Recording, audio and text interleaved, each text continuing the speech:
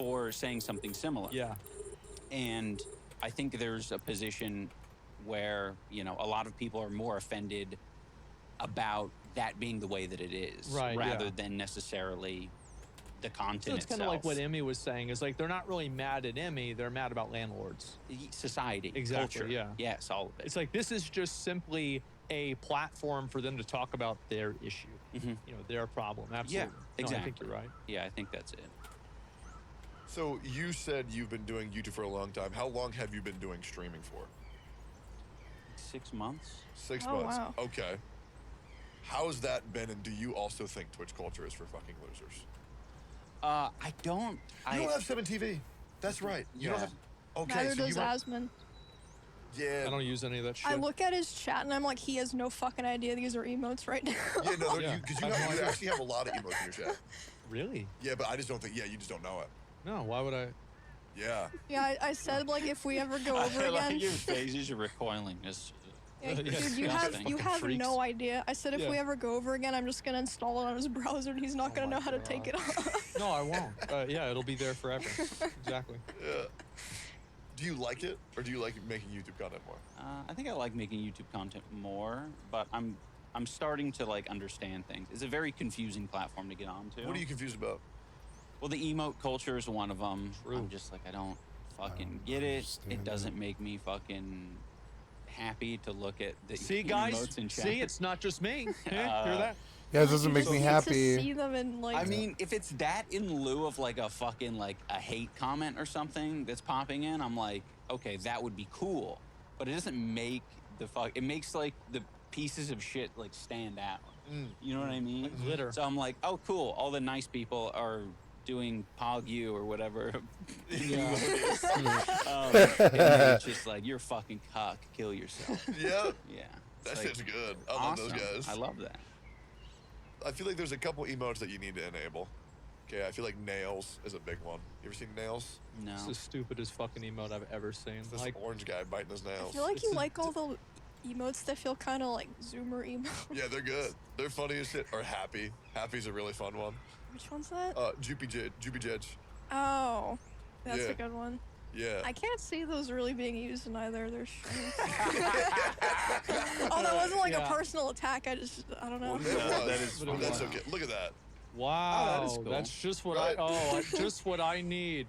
Right? It's good. So, like, whenever Asmongold's about to give, like, his take on, Right. whatever happened in the world, because Yeah. we have Makes nails. sense. It's good. Pause champ. And keep up Joopy Jedge, too, or Happy. They're just, I live for emotes. Now, I will say, it does drive me fucking nuts because I have 1,000 emotes enabled in my chat. 1,000, which is absurd. Right. There are some times where my chat just becomes, there's no words for minutes, sometimes even hours, maybe even a whole stream. There's not a single thing typed in my chat besides just an emote. Right. And it does remove the back and forth, the dialogue between streamer and chat, which is probably the biggest downside. Now, that being said, it also does make it very easy for people to interact because they're like, oh, everybody's spamming this emote, I'll do it too. And then, boom, you have a first-time chatter. Maybe they'll come back. But there's a lot of positives and not negatives. I don't think you need to. I just think it's fun, personally. Yeah, I guess to the point of... Oh, that's not it. That's not the right emote, but that's a cute frog, isn't it? Yeah, it being for losers.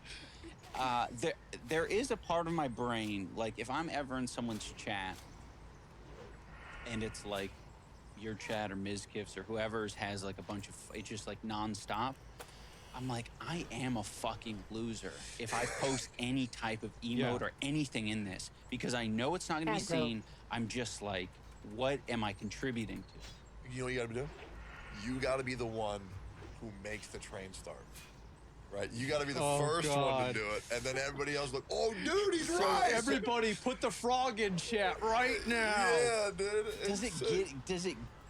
Do you get anything out of it? Does that give you a channel badge? Yeah, sometimes you get banned. What's that? Yeah, sometimes you get banned. Yeah, exactly. Yeah, but it's not about what I get. It's what people think they get. Like, for example, when people got angry at Asmon saying Twitch cultures are losers, I was told to react. Like, what did he mean by that? Why did he say that? And I'm like, okay. Like I was talking about you. Yeah. So I pulled up, do you know what AGDQ is? Yeah. Yep. So I pulled up AGDQ compilation, which is just about the most cringy. You've seen AGDQ? Wow. Yes, it's just I know. Is that the speedrunning? Yep. It's a okay. bunch excuse of me for Twitch just a chatters second, get a phone live call. in an audience, and it is the most cringe shit. And I love it. I love GDQ, but it is the most cringe shit you will ever see because people who say emotes out loud, and don't get me wrong, I've said poggers in real life before. I'm sorry. Yeah, you know, it's rough, but it happens because I, you know, when I stream for 12, 13 hours every day,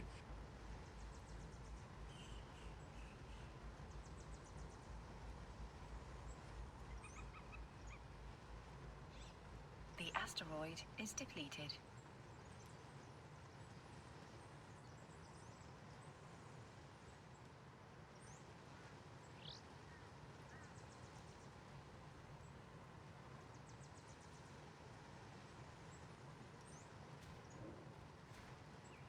Aggro.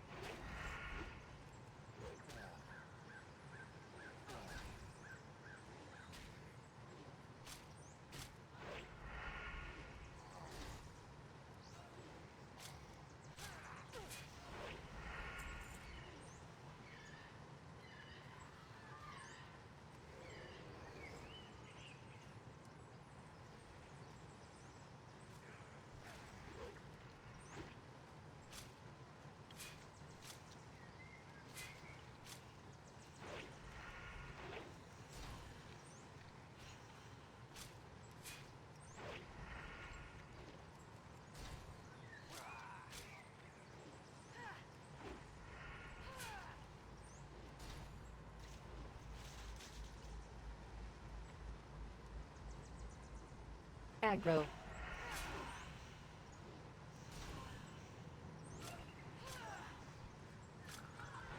Sorry about that, guys. There we go. I got a phone call. Apparently my mother made frittata, and she wants me to come get some. So I will need to go run upstairs, but that will not take very long.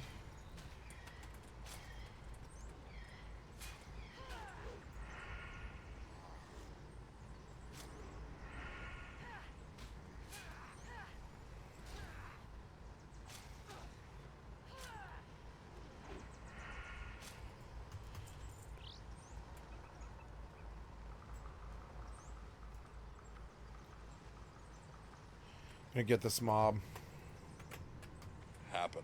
But yeah, no, it is fucking lame. I also think being a part of fandoms in general is really fucking lame. I think if you say that, oh, I'm from the My Hero Academia community, I mean, just like, holy shit, Whoa, bro. what? That's still I think that's around? kind of cool. Why is that? They're part of a club, part of a group. They have their own culture. Yeah, you they say have poggers. a hobby. I say it frequently. It just I mean, happens it's every cool. day. If I was in a fucking Costco or something and some bald dude walks past and he says "poggers" at some fucking Yeah. cashews, I have that would this be a issue, great too. story. I'd love to share that. Yeah, like a calling card. You're like, oh, he's one of my people. So who do you watch on Twitch? I really like Mischief. Uh-oh. Yeah, that's red flag. And now, a word from our sponsors.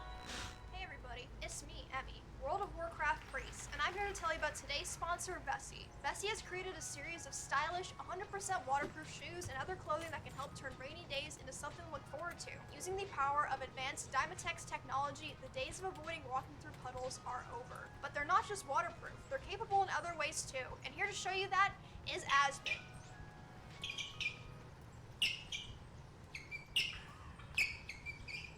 Okay, thanks, Asmon. What you just saw there are the Soho sneakers. They're 100% waterproof and feature rippy outsoles, a synthetic leather exterior, and waxed finished laces. Aggro. On the other hand, the Ulta high tops are perfect for this upcoming winter season. They won't just keep your socks dry, but they'll also keep your feet warm too. These puppies feature tire-like traction, snug fit security, and a foot temperature rating as low as -5 degrees Celsius. Vessi stocks other accessories besides shoes too. I'm wearing the Overcast jacket, but they've also got waterproof gloves, beanies, socks, you name it. Aggro. Additionally, Vessi makes it their mission to help provide fresh water where it's needed the most, so you're also supporting a great cause. Don't get drenched this rainy season. Shop Vessi. You can visit Vessi.com/steakeggs to grab your own Vessi gear today. That's Vessi.com/steakeggs. Link is in the description. Thank you, Vessi, for sponsoring our podcast. Oh, speaking of big things that have happened on Twitch, have you tried Pokemon's cookies? I have not. Why are those there? Because I don't like how Yeah, they're I there. Can we eat them or what? Did these get sent to? Are we being sponsored? These aren't the ones that I brought last time. This is a fresh bag. Yeah, because I took, Oh I took those home. So, I made a yeah. sweet post. I mean, they're all right, right? I mean, it's not like they're not awful. I mean, Jay just posted a like- note. If you're broke, you cannot eat the cookies. Oh, yeah, you broke? I'm not. No. Oh, Well, okay. actually, yeah, I can't eat the cookies. Oh, you sure? Yeah, I can't eat them. I feel like you should try one. I'm not broke. I'll so- try one. Yeah, I'll give Maybe you- broke boys can have one bite. Yeah. These are $7 for the bag. Here you go. Let me know what you think. Live iDubbbz reaction. Look at that, God. man. 3 times the price of an Oreo. Is that 3 times as good as an Oreo? well, you're putting words. Let him eat the Oh fucking yeah, so cookie. sorry. Don't mean to barrage you. That wasn't very PogChamp of me. Yeah, that wasn't very poggers of you, Tectone. Yeah, I mean that gets the job done. Yep. I like to do a handful of those and like Yeah. turn them into an Oreo paste in my mouth. Yeah, it's good, Okay. right? Yeah. Yeah, I mean, they're all right. I mean, Oreos better. I like Oreos better. It's like they're not the worst cookie ever. Okay, And I'm I out of that remember I made a death- video that at the death beginning place. whenever the cookies got announced, and like people were like, And so I must AFK for just 5 minutes here, guys. I'm terribly sorry. So I will pause the video. Okay, let's unpause that video there. Cool. I lost like some hours because of dinner. Fucking annoying. That's all right, though. They don't all have to be 12-hour days. So sorry about that. Yes, I'm telling a story. So the shanty burned down, and I'm glad I didn't record this video, kind of, actually, after that conclusion that we just had. I was driving north on 285. You've seen that highway. Oh, wingless chicken took my fucking spider. I don't care about that spider.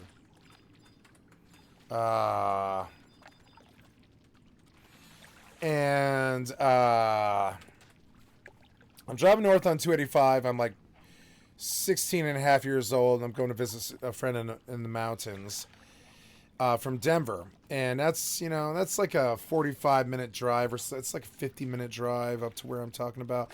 And on the way up, I finished my cigarette and I tossed it out the fucking window like I did in the city all the time. And I get this crazy honking sound. And I look to my left, and there's this lady in the fast lane waving and screaming at me. And I figure there must be something wrong with my car, or maybe my gas tank's on fire or something. So I quickly pull over, and I she stops and pulls in front of me. It backs up and parks her car against my bumper, which was really weird. And then she gets out, and she proceeds to lecture me until I cry. Like, really loud and really angry. Don't you ever throw a cigarette out your fucking window ever again. You gotta promise me I'm not gonna drive away here and let you go. You're lucky I don't call 911 on you and have you thrown in fucking jail for being a fucking arsonist. What you did is a felony against the law and all this stuff. And don't you ever throw a cigarette out your window up here in the mountains ever again. Don't do it down in the city. But don't you ever do it out here. I'll fucking kill you. She threatened to kill me. She was like, I'll fucking kill you if I ever catch you throwing a cigarette out your fucking window like that again. This fucking soccer mom fucking threatened to kill me. It was crazy. And I was like, okay, I'm so sorry. And she was like, it's all right. Just don't do it again, ever again.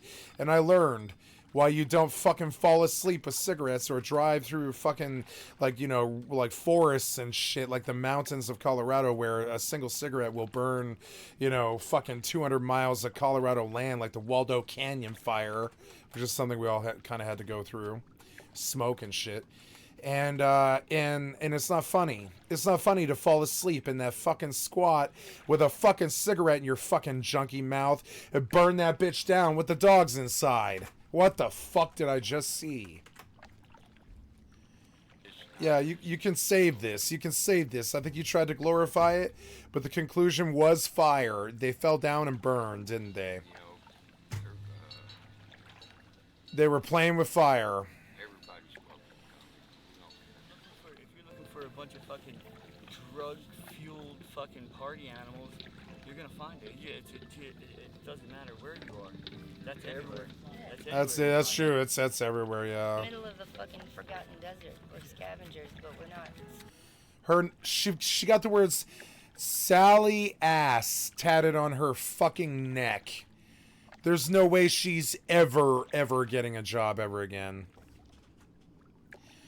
I'm guessing her name is Sally Ass. I came to Slab City because I was curious. And guess what? I ended up making lots of friends. Yeah, I'm sure you did. Hidden away from the prying eyes of society. This quirky community. Oh, yeah, I love it when they have the Met teeth. It's so attractive. Is a refuge for those seeking an alternative way of life. But it's a woman off the grid, and trust me, that's a high value concept. A woman off the grid, she's a keeper. Among its Don't care if she got buck teeth or missing teeth. She a keeper. inhabitants were people with stories as diverse and misunderstood as the land they call home. And I know by now that Slab City could be your friend or your worst enemy. No. If you're a meth addict, it can be your friend. If you're not a meth addict, stay away from fucking Slab City. Trust me. Even streamers shouldn't go up in Slab City. He's lucky he didn't get robbed for his entire kit and his car. Because you got to remember, right? They got to go back to the city to get their heroin at some point. They're going to need a car for that. And what did they say to him the whole time? Really wish I had a car. Wish I had a car. And he showed up here with a car. And, I'm thinking, how long till one of them just sticks a knife against his throat, like what happened to me? It sticks him up for his keys. And then takes the car into the city, sells it for heroin. They pass away and their bodies from the sun explode.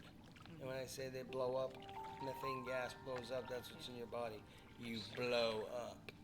Yeah, open a van door and they're everywhere inside the van. How do you know they're in there? It just smells? Yeah, it stinks, man. It stinks bad. It's something you won't forget. People come with their $60,000 sports cars just to see what the poor people are doing.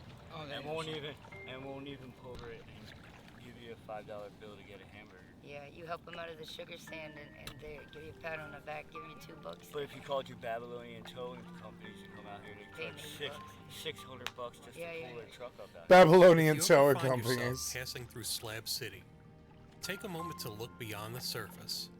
Embrace the untold stories. Embrace the poverty and living in squalor and drug addiction. Embrace it. Hardships and the dreams that shape the lives of those who reside here. For within these misunderstood souls lies the beauty of a resilience and the power of choosing a life that defines expectations. You've never known what Choose a life with meth. it's truly like to be alive or to have life in you or around you. Because anytime you get in an uncomfortable position, I'm sorry, brother. You look like you're really high on meth to me. You have the red face, and I'm just you run from it. struggling a That's bit. fear-based Struggling with it. result, which is fear and results in death. I'm sorry. Results in loss of Just life. saying it. And anything that you don't have means you don't get it. I stopped listening to fucking meth addicts rant about fucking stupid shit like 10 years ago. So if you I mean, I didn't stop doing it. I just stopped paying attention to it. never had it before, you knew what love Blah, was. blah, blah. You know what love is and all this blah, blah. Shadow people You shit. get it later on because you don't know, have any idea what real love is. Makes Real sense. love is painful, truthful, and damaging. It's damaging Oh, I don't know. I know many happy families. to your ego. You have to hate yourself before you love anyone. No, If no. you can't hate yourself, then you'll never know love. No, no. because you I have to believe you laugh need a at yourself, hate therapist. yourself, and laugh it off. No. Give me a perfect Love life, and pain don't happy mix. it. Let me fucking share it. Yeah. And you're doing it. Right now. I'm living the perfect life, man. There's everything out here you need. If you No, you're in a methadol BLM fucking commune where just last night a fucking, like a squat burned. can get it. Slab Reality, I know you and reality don't mix too much, but City is more than just a that's what happened. place to me. It's a sanctuary I call home, nestled away in the California desert. It's a vibrant and eclectic community where unconventional souls find themselves. Why do you keep trying to glorify this as that squat burns? I'm sorry, you kind of lost me here at the end. Thank you, Mr. Ranger Rick TV. I liked the video. It was very good. I'm going to drop a heart sign. I like that he was, humanitarian about it. I get the feeling he was giving each of them $100, I don't know. It's, an interesting thing. There's no place that I'd rather be than on the open road with a map on my iPhone full of abandoned locations. There's nothing in this world that I'd rather be doing exploring and being on that open road. Yeah, it's a noble pursuit. The past 13 years, I've been able to explore and travel all across the country and see some of the best abandoned locations that America has to offer. However, to me, there is still no place like home, and home is Detroit. And in my opinion, Detroit is still, by far, the best city in America for urban exploring. Definitely right now. Absolutely. Think of any type of location that you can think of. Detroit had it, and it was abandoned. Highland Park Police Station. Denver had stuff like this too. We used to do the fucking somebody died in the Gates rubber factory trying to urban explore it, so we went in there. This place is awesome. Experience at that time. 87 of them vacant schools. And still to this day, never seen anything like that. I was very drunk.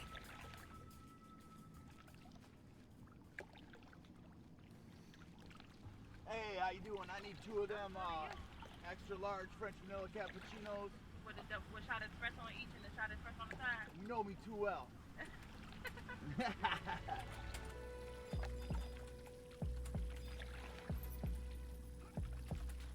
Hey, how y'all doing? My name is Bob. I'm from Detroit, Michigan, and I am an urban explorer.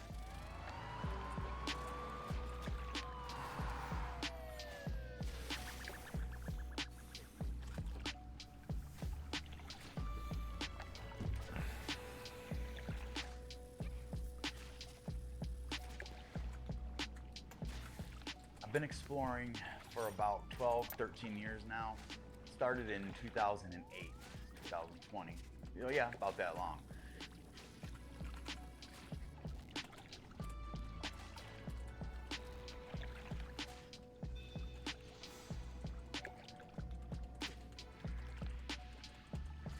How I got started urban exploring is a little bit weird and a little bit strange, and without going into too much details. I was a heroin addict. I've been clean now for about 15 years. But you look for places to get high. In Detroit back in about 2003, 2004, and I was hanging out with this OG, we call him. He was older than me. He was more experienced, and he took me broke to you in right good. places to get high, shoot heroin, squat, those types of things. Well, he kept talking about this squat that he knew that we could go to. So we went into this abandoned building, literally, to go in there and shoot heroin and hang out. And when we were inside of this place, he began telling me about the history of this ballroom. Well, it looked like an abandoned, I don't know, it looked like a cave to me. It was horrible. It was dank, dirty, dark, wet. Why is the combat on him? He started telling me about, you know, the musicians that Goddamn played there, dumb. Janis Joplin and Take the thread leash. MC5, Kill the combat. Ted Nugent. And Ted I was a Nugent. little skeptical, but I went with it. And then he said, let's go see the stage. In its prime, it was the best place in the world to play. The best place in the world. Whatever happened in Detroit in those days relative to rock and roll music was centered on the Grand Club. Case closed. So we went upstairs, and there was the stage. And it was there, and with all of its architectural details, and the dance floor, and the chandeliers, it's just incredible. Yep. And I didn't really Beautiful. think too much about it after that. I remember reading Thought about it heroin online, for 10 years, I bet. That day or the next day about. Still thinking That's about how it. I found out it was the Grandy Ballroom. Yeah. And indeed, these musicians had played there.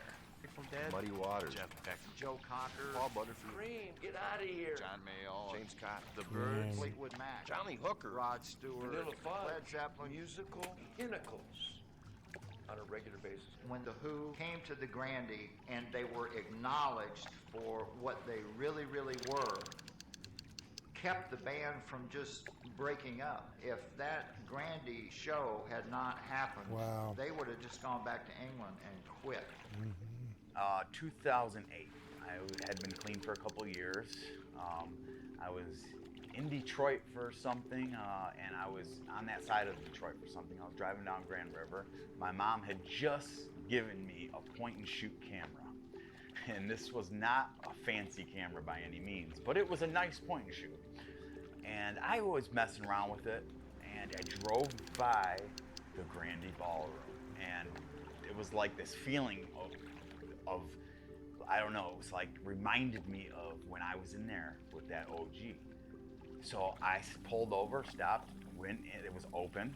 I went in, I took my point and shoot, and I actually photographed the stage, some of the architectural details, the dance floor.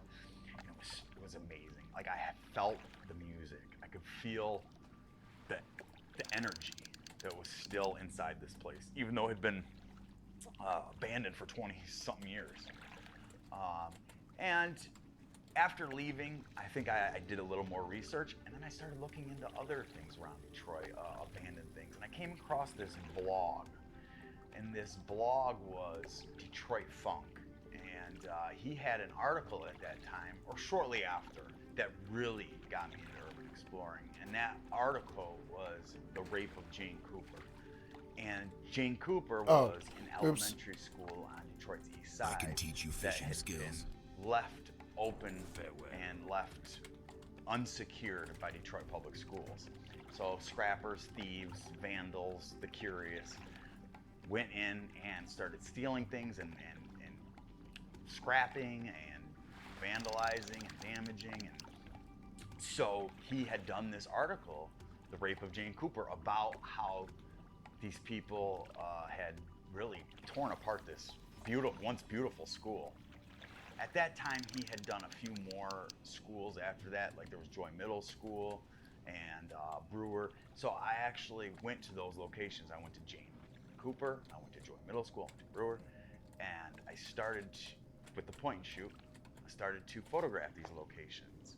And that was my first real urban exploration. Although at the time I didn't really know I was urban exploring or what that was, but that was definitely my first days and first times of urban exploring.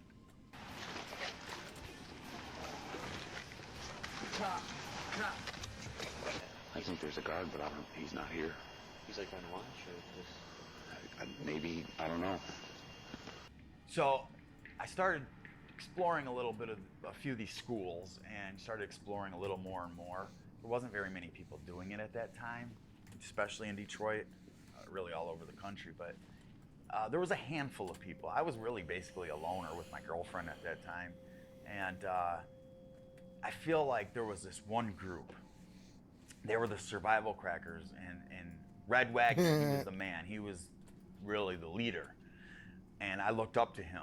I looked up to all the Crackers, but the Survival Crackers were doing this before me, and they were really inspirational and motivating to me. So I would run into them occasionally, and these guys kind of showed me the ropes a little bit, and they taught me some do's and don'ts, and taught me about urban exploring and the term urban exploring, what you should do and what you shouldn't do, and things like that.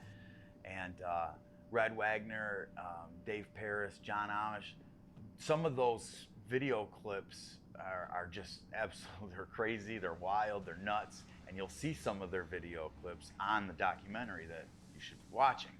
Some of the footage that you see is from the Survival Crackers. So big shout out to those guys.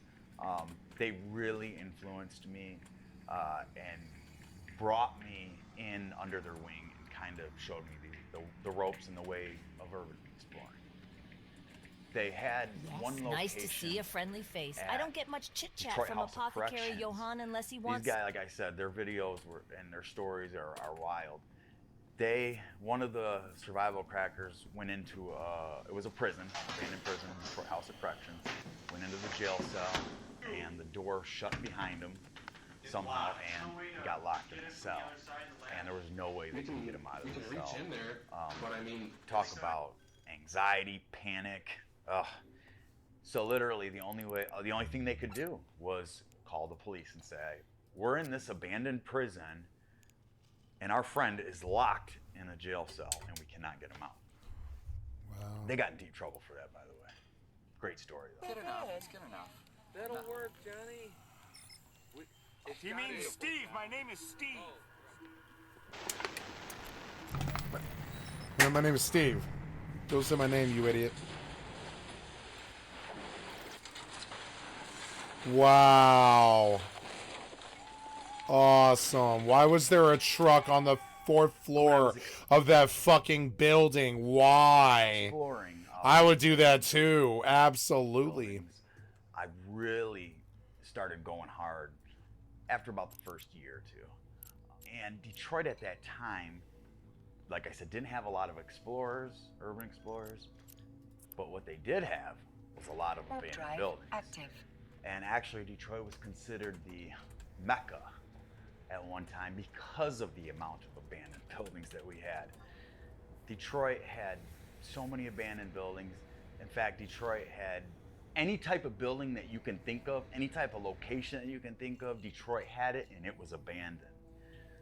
Whether it was downtown skyscrapers, we had a graveyard of skyscrapers downtown Detroit. There was an article in the Free Press in 2004 that was called The Dirty Dozen. And there was like the towers of neglect, 12 abandoned skyscrapers. No other city had that like Detroit did. And we had bowling alleys, funeral homes, strip clubs, churches, banks, grocery stores, theaters, arenas, stadiums, anything, a zoo, anything you can name, we had it, and it was abandoned. And it was something to experience playground. at that time. And still to this day, never seen anything like it.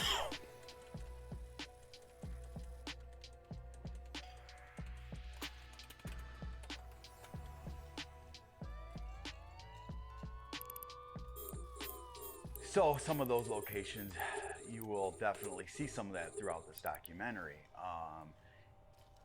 And Detroit has really changed a lot over the last few years. Detroit definitely is not the Mecca anymore for abandoned buildings, although we obviously still have our share. It's definitely not the Mecca. The downtown area, every single one of those dirty dozen towers of neglect, skyscrapers, have all been renovated and restored. Maybe one or Wow. a couple were demolished. But they restored the most of them. Detroit has really got out of bankruptcy. They were able to recoup losses and really reestablish the big three in the auto industry. So a lot of things, population started coming back into the city and started getting funding, and a lot of these places that I mentioned, the churches, the schools, the theaters, the bowling alleys, the police stations, they ended up getting renovated or repurposed or restored. Unfortunately, some got demolished in that process, but I prefer renovating and restoring because we're still able to hold on to the history that way and the culture, and they try to save some of the architectural details, and a lot of times they even restore the former buildings restore the buildings to their former glory, and that's always incredible too, as long as I've explored it before they start doing that. All right, so some of these locations that I want to mention also are the schools in Detroit. Detroit had over 100 abandoned schools in the city alone. I think the next city was Chicago with like 50. So just imagine that. Every neighborhood in the city of Detroit had a school and it was abandoned. And that is no joke.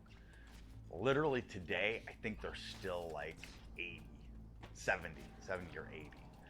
They've obviously demolished some and renovated some, restored some. I have A new push to sell abandoned schools sitting vacant for years and vulnerable to thieves. It's too expensive for the Detroit School District to secure them, so the goal is to unload them.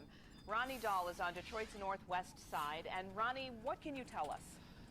Well, some of these I think are going to be pretty hard for them to sell, like Crossman Alternative High School. We've told you about the terrible condition of this school before. Scrappers have taken just about anything and everything out of this building. Maybe its greatest asset, though, is its location. It's not far off the Lodge Freeway, and there are plenty of other school buildings just like this one up for grabs. When the Detroit Public School District ran into financial trouble, schools were closed. Year after year, they sat, decaying, bringing down neighborhoods. Nearby residents pleaded for something to be done. That day could be today. School district is not in the business of holding on to real estate. We educate children. At a redevelopment conference, the school district is trying to offload 120 properties, 87 of them vacant schools, in all different conditions. The district realizes the schools used to be the fabric of a community. Sitting vacant is adding to a neighborhood's decline and taking valuable resources from educating kids. They believe developers will be able to look beyond the destruction and see opportunity. Every dollar that we spend, whether it's patrolling a building at night or securing a board that comes out, or even running the electricity that keeps where there are alarms and video cameras, as there are at a number of our vacant properties, all of that takes resources that could be better used. Some of the stories from these schools are some of my crazier stories and some of the crazier things that I've ever experienced. When I first started exploring, there was not the security measures that are really involved in these places that there are today. And a few years ago, maybe 2010, 2011, the schools were one of the first places to get security measures put in by Detroit Public Schools, probably because of the article about the rape of Jane Cooper, maybe. So they actually started to put metal sheets over the windows and doors called VPS. Then there was also little motion sensor cameras inside of the schools. And when somebody would enter a school, it would trip the motion sensor and record. And then this little video clip would be sent to the police. And no, we're not talking about Detroit police, because Detroit police don't give a shit. They're gonna be like, whatever. But Detroit Public Schools police, a whole different story. These police officers, legit police officers, probably felt like they weren't respected like regular police officers, so they really had to be tough and they had to be hard asses. And it took me a few times of getting my head knocked before I finally caught on. I got arrested, I think it was 7 or 8 different times by Detroit Public Schools police alone. As a matter of fact, to this day, 12 years, 13 years in, I've never even had an encounter with Detroit police, but I've had about a dozen with Detroit Public Schools police. So I'd go in and I'd set off this, and of course I didn't know there was a motion sensor or a camera at that time, so I thought I'd be good. And I kept getting, cops kept coming to these locations and busting me, and finally I said, how the hell do you guys know I'm in here? And that's when they told me. So I still didn't learn.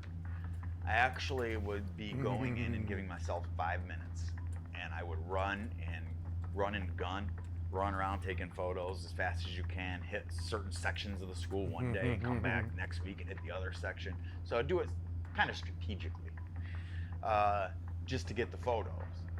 Well, one day in particular, I really learned my lesson. No, I didn't, but I thought I did at the time. I got arrested at Grant Elementary School. Grant Elementary School is just a small elementary school on the east side of Detroit. They had the video-fied cameras. That's what that system was called, the motion sensor cameras. And I knew they were in there. I was pretty sure they were in there. And we gave ourselves 5 minutes. We ran in and we shot it, we ran out. And as soon as we walked around that corner, Detroit Public Schools police were waiting for us. And they were not happy, of course. They immediately arrested us. I can train you in first aid techniques. Put us in handcuffs, took us to jail, and we spent 2 nights in jail. So 3 days in jail over an abandoned school that was wide open, that we didn't even break into, but they charged us. They were trying to charge burglary us with, they said, breaking and entering. Breaking and entering. So 3 days later, they come by, get us, and trespassing us with no charge. So we get released. But my car didn't get towed, but it got driven to the Detroit Police, Public Schools Police headquarters. So I go to get my car, and they're like, "Oh no, you have to talk to the chief of Detroit Public Schools Police." And I'm going, "What? I gotta talk to the chief." And the chief wasn't even there that day, so I had to come back on another day. And this was a few years back, so it's a little vague, but I remember this chief literally sat me down and told me, lectured him. Bob. The asteroid Of course, he is didn't call me depleted. Bob. He probably had another choice name for me. But when are you going to learn? He pulled up my rap sheet. He said, you've been arrested or stopped by our police officers 7 times in the past year alone. When are you going to learn your lesson? You're lucky you're still not in jail. I pled my case. I told him I was sorry. Told him I wouldn't go into another school. Liar. And I didn't go into another school for about a week.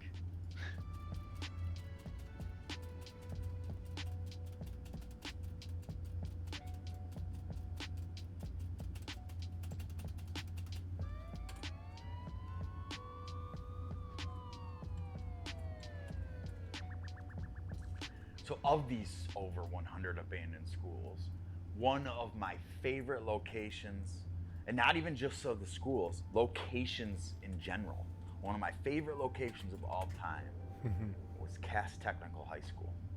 Cass Tech, pre-Depression era, 8-story school. Wow. Built in the Cass corridor. 8 stories. Beautiful school. 8th floor. You must Famous have people elevators went and to shit. Cass Tech, John DeLorean. Wow. The gangster mayor Kwame Kilpatrick, Lily Tomlin, lots of different famous people. So Tomlin. when it had I'll be right back, guys. Gotta go to the bathroom. 3 gymnasiums, 2 swimming pools, and 2 auditoriums. This place was huge, 8 stories. Literally everything left. Library had the book. You've been examined. The science lab had all the beakers and chemicals. Incredible location. One of the crazier stories was when I first explored Cass Tech. This would have been 2009, probably. I was with my girlfriend, like I said at the time. We went in and we explored Cass Tech for a few hours. We thought everything was cool. Back then, there was a piece of a door with a little window slit, and somebody had broken the little window, so you could reach in and pop the door.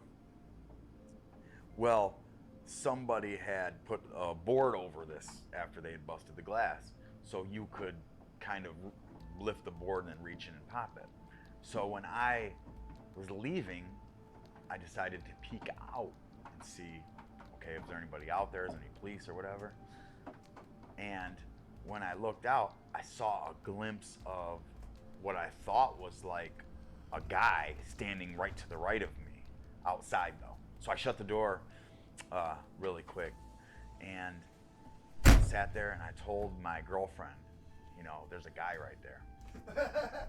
So I was like, what I'll do is I'll take that little window slit and I'll push the board over and I'll peek out there. That way I don't have to open the door and he won't hear it or whatever. So I pushed the little board over, and when I went to peek out, that man was literally staring into the window. So when I pushed it over, there was eyes right there. And this guy something was up with this guy. He had a cape on, he was naked, and he had a cape on. So it literally baffled me. I shut the window thing and said, we gotta try to get another way out. We knew there was no other way out. So we just waited, and then when we finally got back to the door, we decided that we would just run. So we opened the door and we ran, and when we ran, he chased us all the way home. I didn't live that far. I lived in the Cass corridor at that time, so I wasn't that far, but he literally chased us, and then that's when I noticed he was naked, he did have a cape, and he had a sword in his hand. He was yelling superhero stuff. Odd, but a crazy story at that. So Cass Tech was one of the bigger schools in Detroit that was abandoned, and one of the high schools. But there was McKinsey, Redford, Cass Tech, Kettering, Southwestern, Finney, Cooley. I mean, there was 8, 9 abandoned high schools. I like the Naked Cape story. Throughout that time. I like the Naked Cape story. It seems real and it seems like it happened. I think I believe him. But all all the high Why was the schools guy were naked incredible and chasing them in a because cape with a of sword? the sheer size. It seems like Batman made an appearance before he was ready to wear any clothes when he was a young man in his formative years after they killed his parents. He's probably after, the clown who killed his parents. Being that they're high schools, they were large. A lot of the high schools had all the amenities, pools and gyms and auditoriums, and some of the auditoriums were just built, just magnificent architecture and details that was just mind-blowing, and why they would leave these places abandoned and things like that. Many of them are demolished now, and a couple have been renovated and repurposed, but most of them are actually demolished now, including Cass Tech, which was demolished in 2010. And besides Cass Tech, I think the other high school worth mentioning was Cooley High, simply because of how beautiful and huge this place was. Mediterranean revival, twin cupolas on each side, incredible ornate details on the exterior and interior, and auditorium.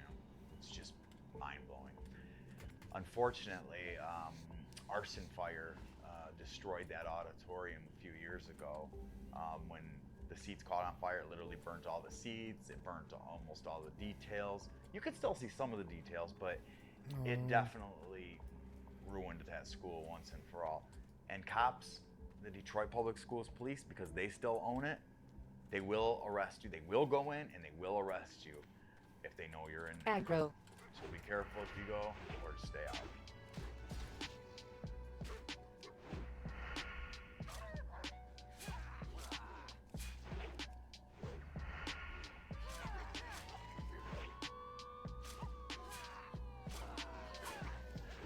So over the last 12 years or so, I've had the privilege and honor to explore some of Detroit's best locations. Really, some of the best locations in the country, but definitely in Detroit. Some of those were the skyscrapers. We talked about it earlier. In Detroit, we had this graveyard of skyscrapers. And I felt this energy when I would go downtown with these massive structures all around you at all different angles. Everywhere you look, there's an abandoned skyscraper. And to be in that was like something you can't even explain it, because literally there's no other city that was like that. So you never really got to experience that anywhere outside of Detroit. One of those in particular that's worth mentioning was the Book Tower, which was 40 stories tall, and at the time it was the tallest abandoned building. The asteroid is depleted. Climbing those stairs in the summertime was a nightmare. Before you were halfway up, you were ready to go home. But what made it and what pushed you was the view from the 40 stories of the city, of the other skyscrapers. Just incredible view that was unmatched, really. Not to mention there was a radio station in there. There was a sewing business. There was a recording studio, a museum, a hair salon, and the lobby was extraordinary. The lobby was golden, and they had these brass angels that were holding up a brass clock, and it kind of looked like the clock was floating, and the angels were holding it up, and it was incredible to see that stuff. And it was by far one of the best skyscrapers that Detroit had. Another one that was just down from that, not too far, was the Broderick Tower, originally named Eaton Tower. But David Broderick had bought it at some time. That was built, I want to say it was built around 1920. And when David Broderick bought it, he renamed it the David Broderick Tower. Well, hell, if I bought a building, I would name it after me too. So I understood that. But this building was incredible because you had, actually unlike the Book Tower where you had a lot of different things, this building was really only dental offices and orthodontics. And they had laboratories with the moldings of the teeth and the dental chairs and the dental equipment and the x-rays, and everything was still inside the Roger Tower, making it one of the great buildings to explore. Not to mention the roof. It was 20-something stories, and you could watch Detroit Tigers baseball games from the Comerica Park, which was right across the street. So you could literally go up there and watch Tigers games, and nothing like it. Beautiful place. So another building worth mentioning would be the United Artists Building and United Thank Artists God Theater. this didn't happen to Denver. They were separate I wouldn't be alive. locations in the same building. I wouldn't be alive. United Artists Building was maybe 15 stories and had old rusty. They went at it to try and destroy the city like that, I think. But we had the marijuana money. The United Artists Theater It helped. was one of the most incredible and beautiful locations and theaters. One of the things you could say they still buy no matter what is marijuana. It's one of the safer markets out there, I think. I don't think it's going anywhere, and anybody who bases their economy on it is going to do fine. It's weird. It's like mankind has almost a spiritual relationship with the plant now. This place was phenomenal. It literally was. I know I do. Gothic structure that looked like it was melting because of all the decay from being abandoned for all these years. And there was no other theater or even location that was built like this in this Gothic sense. Absolutely breathtaking when you would see it. And literally back in those days, you could climb through a window and go in, or through a door. Now, New Detroit versus Old Detroit. Now, you can't even touch that building without the alarms going off and Ehrlich's goons showing up in about 2.5 seconds, if not Detroit's finest. That's the difference between then and now. Now, you can't even do that building anymore. One of Detroit's most famous, or more famous, abandoned buildings, Michigan Central Station, aka the train station. Most people know about the train station because it was so symbolic of Detroit's ruins, or downturn, or even the bankruptcy, because you literally had this huge abandoned building that was a train station on the outskirts of downtown that was such an, I guess it was kind of, people thought it was an eyesore. I never thought it was an eyesore. I always thought it was beautiful. I mean, it was built in 1912, rose at like 20 stories. Same architects as the Grand Central Terminal, New York City. This thing was a classic, right? And it sat abandoned for many, many years. There wasn't anything in it, but it was just the grandiose, the lobby, the coffered ceilings, the arches, the details, the columns, the marble, the granite. All of that stuff was actually still in there. You literally could feel this energy of passengers and people coming off the train in the concourse and sitting in the lobby or the ticket window. I mean, all of that stuff was still there, and you could clearly see where it was. It's just super cool.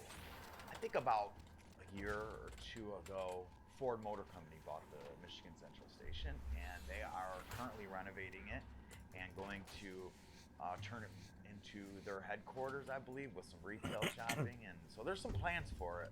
This will be mostly used for commercial space, little pop-up stores, some community meeting areas, and things like that. So we're still in the midst of programming a lot of that, but we know that this really is going to be community space. It's really important that this building is important to the community, and that we're giving it back to the community. So it'll always be open during our normal business hours, and we'll be able to bring in everybody from the community to enjoy the space.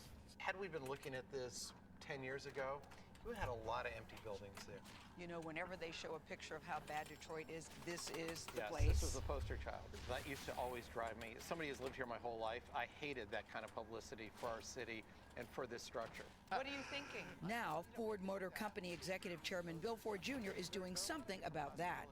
His company just bought this 500,000 square foot behemoth and is turning it into Ford's new hub for autonomous and electric vehicle research. When we started thinking about the future of transportation and autonomous driving, it's very clear that that will happen first in cities. And therefore, we have to get experience on city streets. And cityscapes is where that will all be invented. The 2,500 Ford employees who are expected to work here will do more than transform a building. They will also help revive an entire neighborhood, Corktown, one of the oldest parts of the city.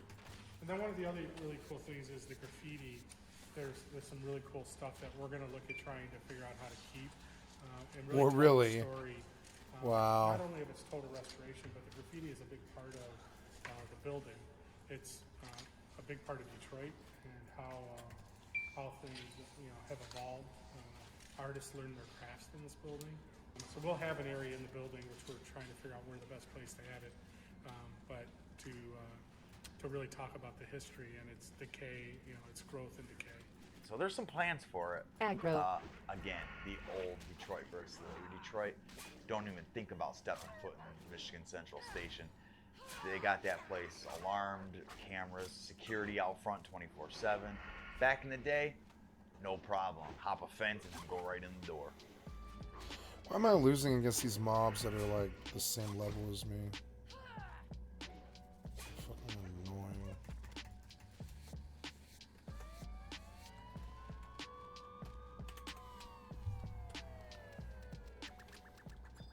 Yet another one worth mentioning. Mark Twain Public Library.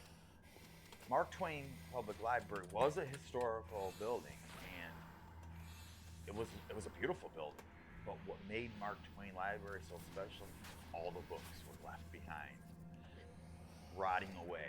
Wow. Library. Disgusting. And you don't really see books like that left behind in an abandoned location. No.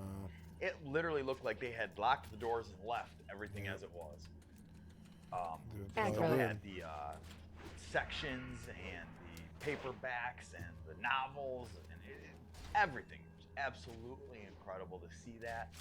I always called it pretty iconic because we literally had a waste of knowledge going on with Mark Twain Library.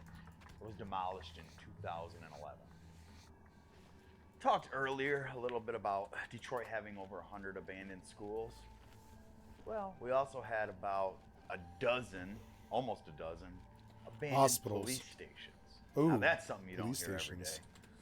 Back in 2010 or so, there was definitely Oh, wow. the majority of them. A few of them were later abandoned throughout the years. But we had 3rd Precinct, 6th Precinct, 7th Precinct, 8th Precinct, 12th Precinct, 13th Precinct, Belle Isle Police, Highland Park Police Station, and infamous 1300 Bovian, the Detroit Police headquarters downtown. All of those police stations were abandoned, and luckily for me, I was able to explore and photograph every single one of them.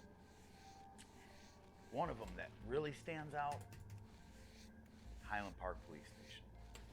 Highland Park Police Station was absolutely incredible and disturbing at times because of what was left inside. And you had the fire station and the courthouse also right across the street. So you had a police station, a fire station, and a courthouse right in the same city block. But Highland Park Police Station, I've never seen anything like it and probably never will, simply because of everything that was left. And it was historic, which is always a bonus. The jail cells were all old and historic and really decayed and paint peeling, and they had isolation cells. And they had just I regular can't believe that cells, metal they wasn't had the stripped. benches. What were the junkies thinking? That's got to be $300 worth of metal right there in just the door. You would get high for a good few days off that, like an entire week, you know? Or, well, it depends on the drug, but It's weird that some of that stuff's still there. It's because if they go and try and take it, the security kicks their ass. That's why. Aggro.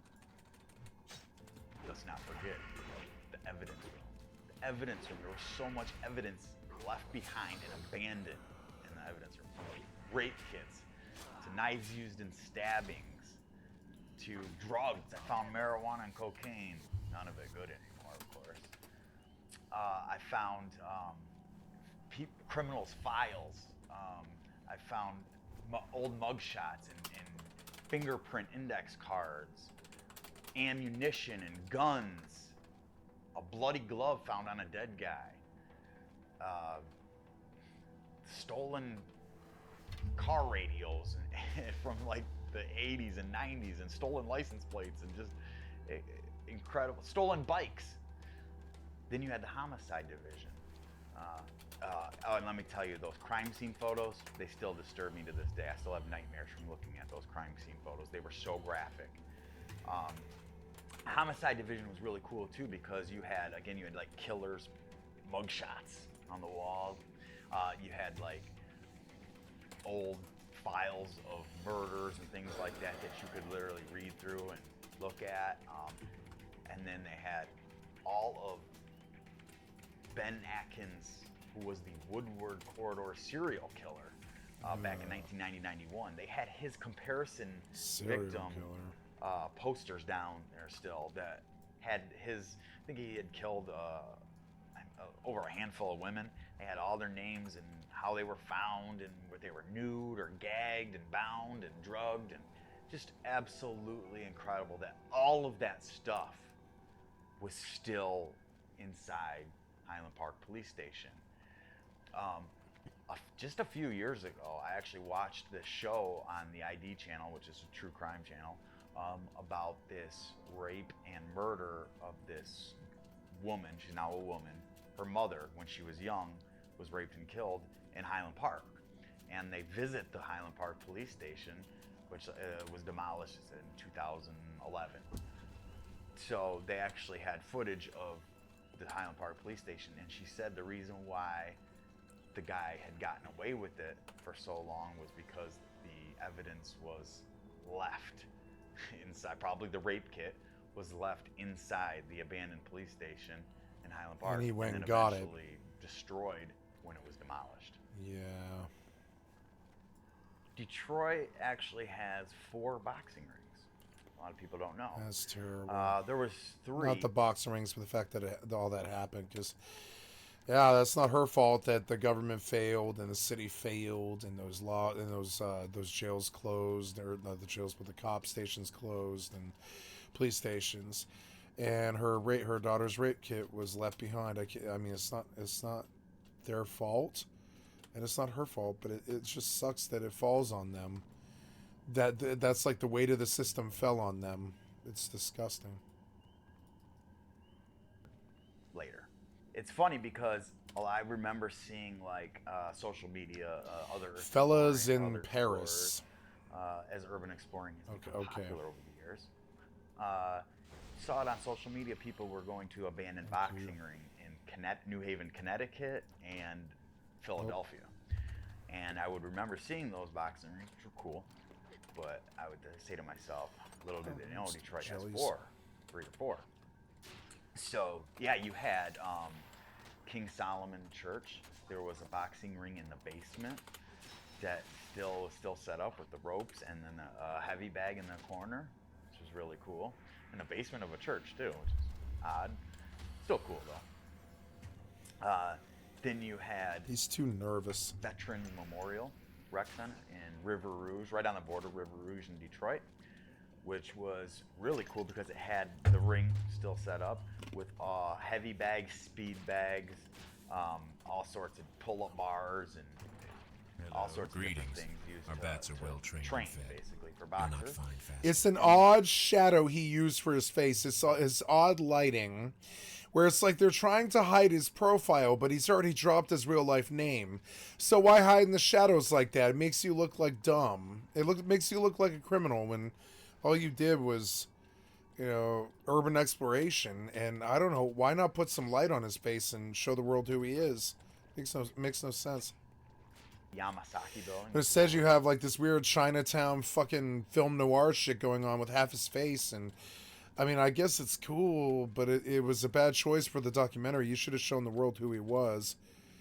You never know. That guy could be famous one day because of this, you know? You know. Lady Sylvanus has charged Varimathras with the conquering of the human and dwarven lands to the south.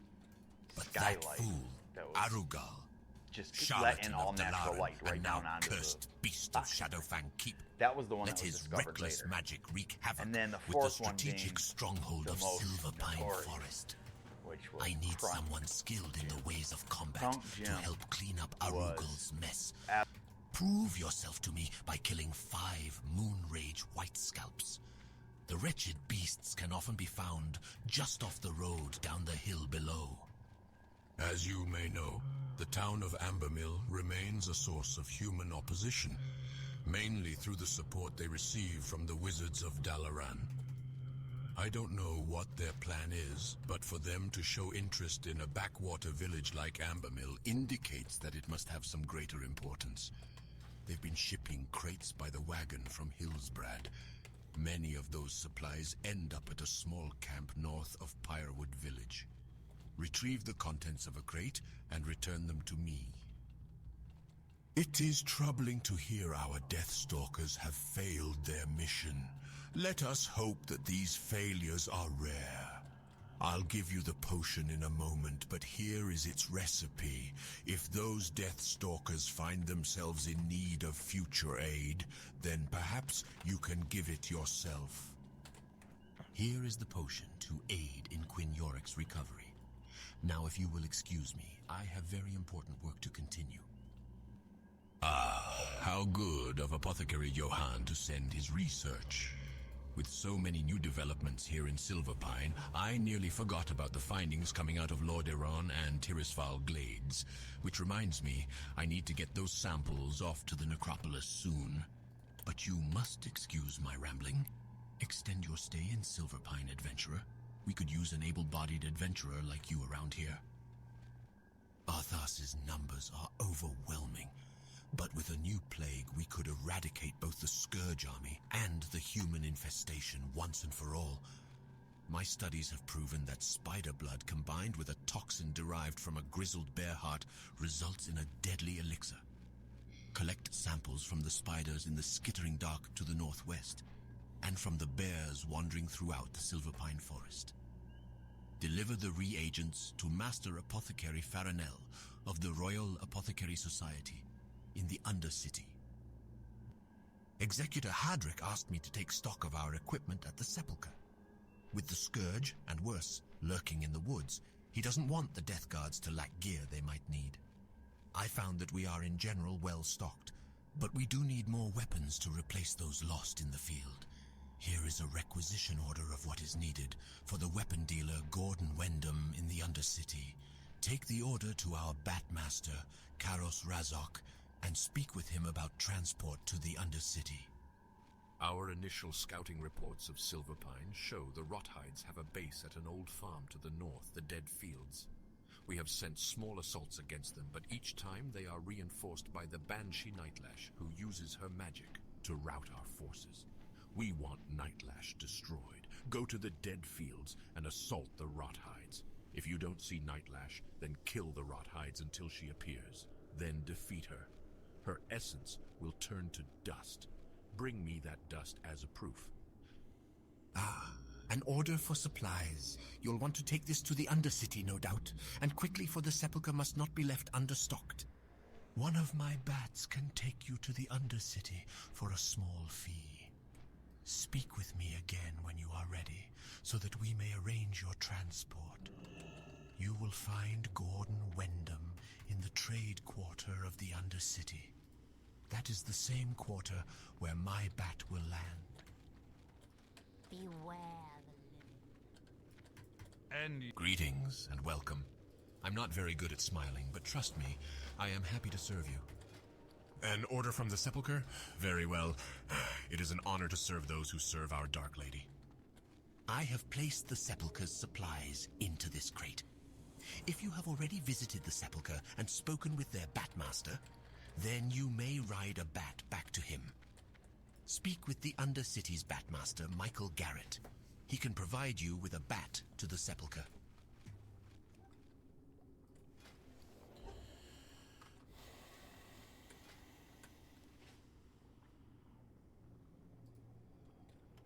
Classic and historic. I mean, it literally was historic, but it was also historic because of the history of Emmanuel Stewart and him training the fighters out of there. Hilmer Kinsey and Jermaine Taylor and Tommy Hitman Hearns.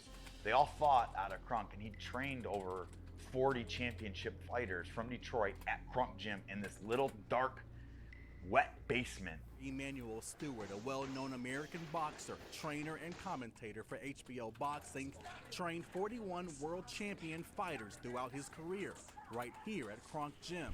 To see that and knowing that all these fighters had trained out of there and Emmanuel Stewart trained these guys there, super cool. There was also a pool and an auditorium and stuff inside, and a gym inside Crunk, but nothing beat that boxing ring. Unfortunately, it was destroyed by arson fire in 2016. Mid-rise that definitely worth talking about would be the historic Farwell building, which was another pre-Depression era building built in, I believe it was Capitol Park. Rest your weary bones for a Capitol spell. Park in Detroit, and was recently renovated and reopened. And Rest so your they weary did bones restore for a it, spell. and they restored it to its former glory, including Rest your weary the, bones for a spell. octagon-shaped skylight that went through all 8 or 9 stories of the building. And it was really, it's famous. You see a lot of people photograph it. And even now that it's reopened, you see people photograph it and post it. It's such a cool octagon skylight. And you don't see stuff like that goes all the way up throughout the entire building, from the ground to the roof. Quick about your business. Skylight. Incredible stuff. Iron railings and details. There was Tiffany glass mixed in the mosaic tiles in the ceiling of the lobby, the arched ceilings. Unmatched. Absolutely beautiful building. Another location or two worth mentioning are the funeral homes in Detroit. There's a few of them. And It's getting kind of old now. I think I've seen what I came for. Uh-oh, that might be kind of funny.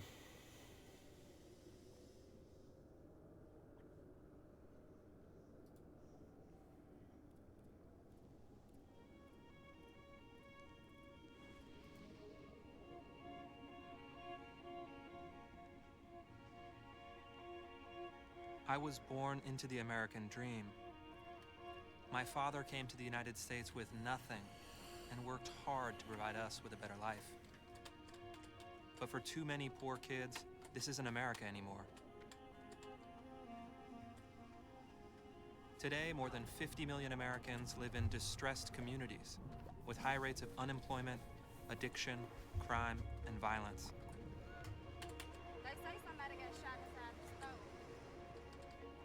I spent 5 years exploring this lost American interior. I thought I'd be telling an economic story, but over time I discovered there's a deeper human crisis. We're coming apart economically, to be sure, but we're also coming apart as a culture. How may I be of service?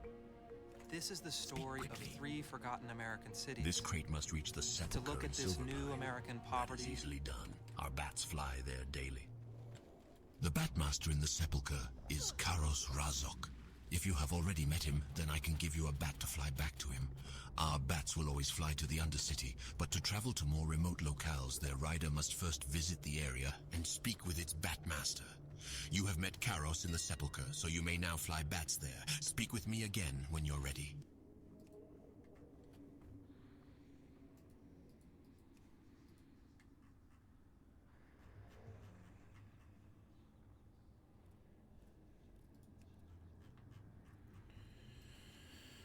Um, 15 silver.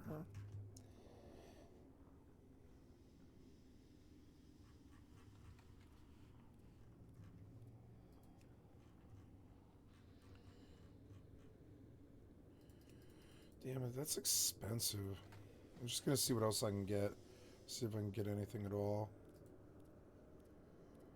Yeah, that's a serious upgrade for not very much money at all. I think I can actually even make that myself, maybe. No, this is different. This is yeah, I'll take one of those, take 6 silver.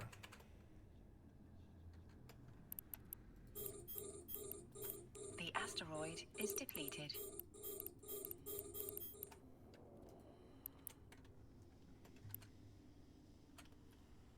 Through the eyes of the people living it. It's an attempt to find out if there's any hope. Did I buy it? In memory of my son, Tony Jonathan Mendoza. In memory of my brother, Dennis James Martin Jr., I love you, baby. In loving memory of my granddaughter, Mahel Soto, I miss you, baby.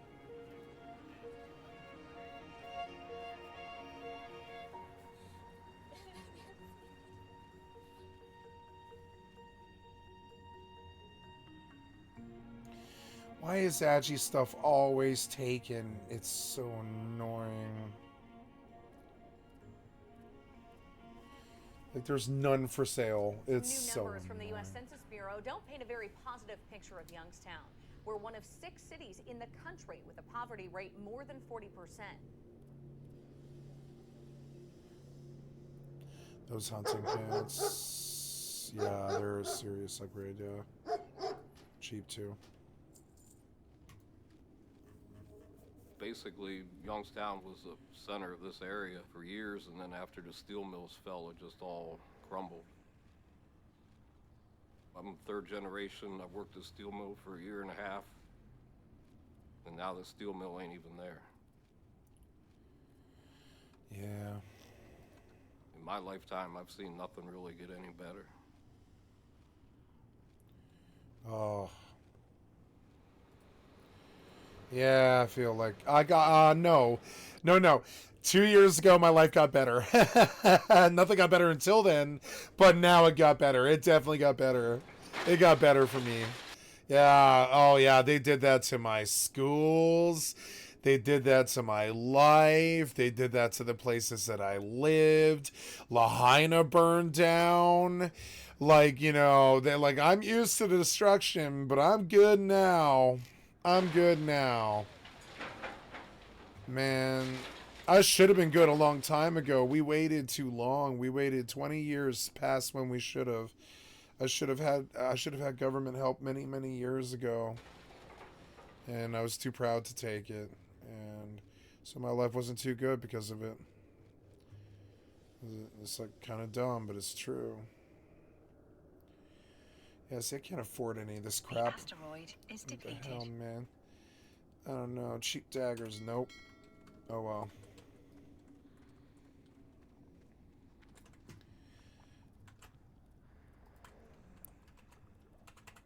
Okay, let's take a spider to a giant. He looks so cool.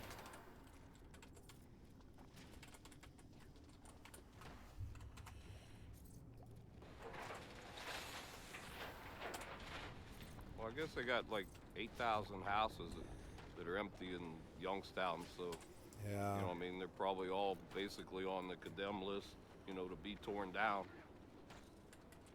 This block here is pretty much on its way out. It just keeps going down one at a time. That should help. That's like quite an upgrade, actually. Should definitely, like, these things probably won't feel like they're hurting me so bad anymore. Oh, also, while I'm at this, I want to do light armor kits. 1, 2. Scrap's down right now. It's harder and harder to find anything that's got real good value because it's been picked out over the years. 4. Got the furnace motor off the top of it. You get maybe 25 cents a pound for that. Get most of the wires all cut out of this one. Just got the cable wires hanging down. I think in the past you had a lot of really, really proud people who lived here. You know, believed in what they did. They believed in their Your skill friends has and increased. neighbors and family. Well, now I don't believe any of that exists anymore. You know, fight or flight. A lot of people flighted out of here. I would say so. They're not stupid.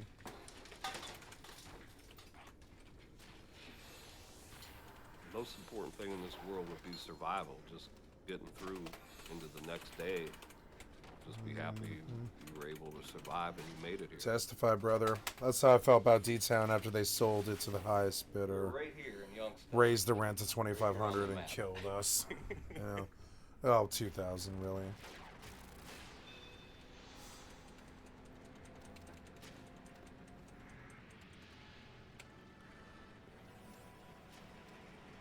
Keep going. Your skill has increased.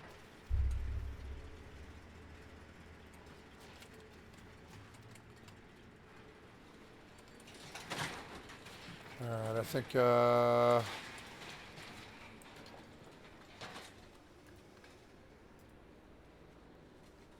We got our big paycheck. We got $42 out of that load of just pieces and parts. that's pretty good for an hour's Prices work, are. though. Just go from there. It was like an hour's worth of work, though. That's actually really fucking good. That's like doctor money. I'm sorry, but it is. Like, now, it doesn't look like easy work, but I think it's really good money for the To time. me, it's turning into a third world country here. You're losing too many people in between. Their dreams ain't coming true and they're getting cast away. It's going to be up to the individual, just who's ever going to hold their ground, just to make their Rest your own weary space bones better. for a spell. Yep. That's how I felt when I left my city. I was like, I'll have to go make for my own. Youngstown was once a great American city. It's still a 50 great years American ago, city. there were 25 Fuck your miles of weird steel mills up and shit down about the how Union America River. isn't great. Fuck Men that like shit. Todd left high school, found work in the Anti-American. factories, and moved their families into the middle class. Motherfucking Youngstown, Ohio is Then still came the great, reckoning. motherfucker. Still great. I don't want to hear your Trumper shit about how it's not great. It's It took just 150 years down to make right now. Youngstown rich, but less than a It's generation down will right recall. now. I'm not very good at smiling, but trust me, I am happy to Today, serve you. Youngstown is the poorest city in America. So doesn't that look like a really beautiful city? It is the poorest city in America, but it still looks like a beautiful city. It is like, no matter how dead it is, it's still a wonderful place. It'll always be a great place, whether we have money there or not. To you, great means money, I think. It's lost 40,000 manufacturing To me, jobs great means and more it than was half of great. its It was total great. population. It was well made and full of people with The life. reality is that cities like money. Youngstown failed to make the transition from the modern to the postmodern world. Yep. On the surface, they've lost the factories, but deeper than this, they've lost the human bonds that once held people together. I thought I saw a For quest. most of the people but no? here, it feels Oh. like there's a vortex beneath the city. Over the past 30 years, there's been a dramatic rise in there isn't. depression, addiction, violence, and suicide. So many people die each day from opioid overdoses. Why does the cop look like Dog the Bounty Hunter? Because he's a fucking federal marshal. Is that guy gonna pass his PT? Jesus Christ, he looks like he's bigger than me. Bodies. They all look bigger than me. What the fuck? But it's at night when the spirit of destruction comes out in full force. all day. Every year, vandals set fire to more than 200 abandoned homes across the city. The fire department Oh, that's lets a them waste. burn to the Yeah, ground. it is. Yep. 19. All right, let's fly out. We've demolished the old social order, but found nothing to replace it.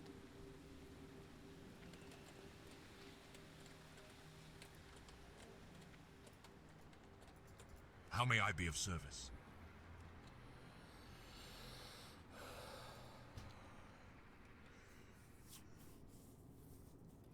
It used to be a long time ago that the west side was still the better side, and then pretty much now, though, there's really not I'd say, a very good side of town. Some are worse than others.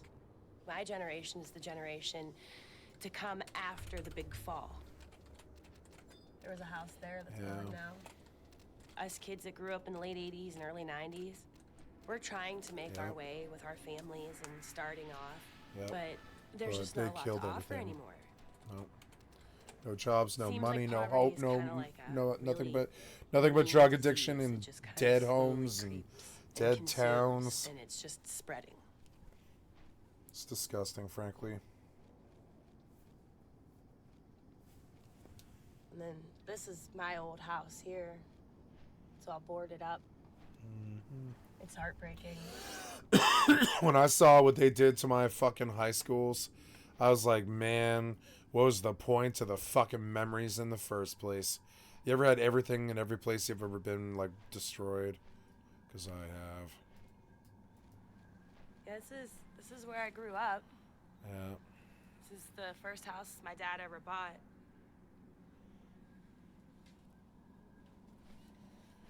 Wow. That's always a This treat. is obviously the kitchen, which there used to be a little small kitchen table here. I remember many a days my mom and my aunt sitting there. There was a lot of violence in my home growing up. My dad inherited my grandfather's alcoholic gene, I guess you could say, and he drank a lot, and when he would come home, my mom was his punching bag. Yeah. My dad did work very hard, but he had a second job that we were unaware of, which was he was a drug dealer. And ultimately, that's what took his life. He was murdered. So I often wonder what life would be like if my dad were alive.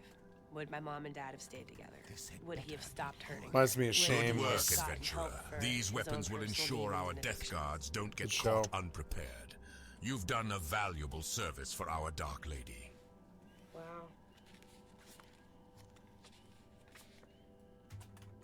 So sad.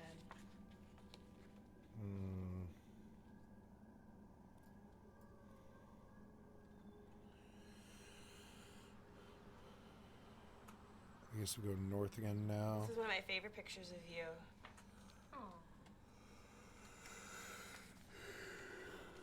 Here's Dad with some bunny ears. When I first found out I was pregnant, I was 15. And doing it on my own as a single parent and making ends meet and trying to provide the best You're doing that I good, babe. possibly could, it's hard. It's killer. Really No. hard. And my goal has always been to let Nikki learn from my own experiences and to maybe understand how things can work out when you really don't train yourself on reaching that finish line.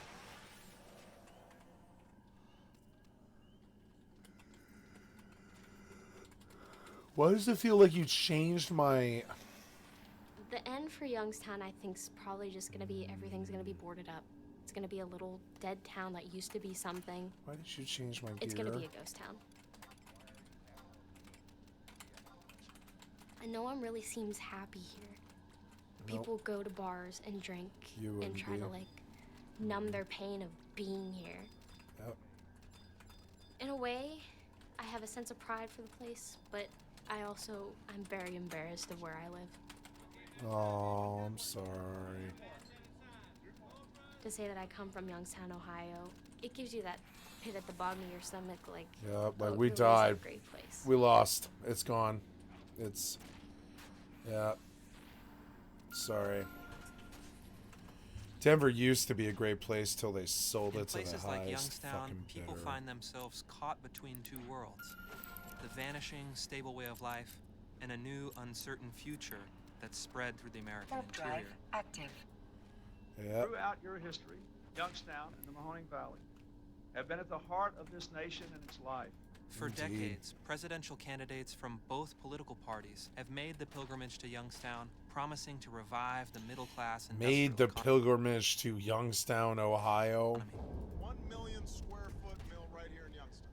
But nothing has stopped the city's decline. Oh. Since the fall of the steel mills, So they made the public stopgaps and it still bureaucracy has didn't even taken stop. over as the That dominant sucks. social and economic institution. That's in more than they Youngstown. usually do. They'll just shut it down. They don't 10% care, of and the they won't even population show up to the works in press public conference most bureaucracy times. and runs They vast tried with this and social still failed. programs.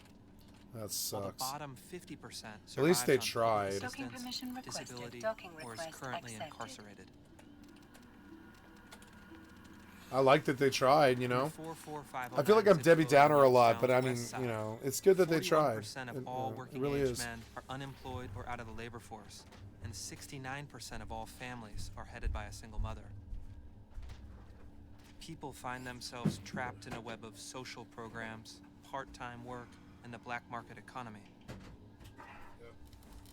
The experts are still trying to figure out what happened. Heroin. The war on drugs, pigs, and fascism. The factories closed. The white people took their money somewhere else and then moved away.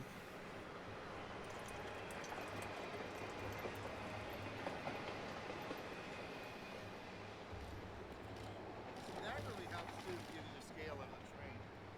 Seen it before. In 1983, we were touring around Rest in getting peace. pictures of vantage points of the mill, and this is the exact spot where we stood to take this photograph of the camel works. Radically that looks changed good. the scene from what we first saw. But this is where it all began. For the decline of Youngstown, the beginning of the end when they shut this down. Beer. Proof that God loves us and wants us to be happy. Youngstown is one of many of the forgotten cities in America.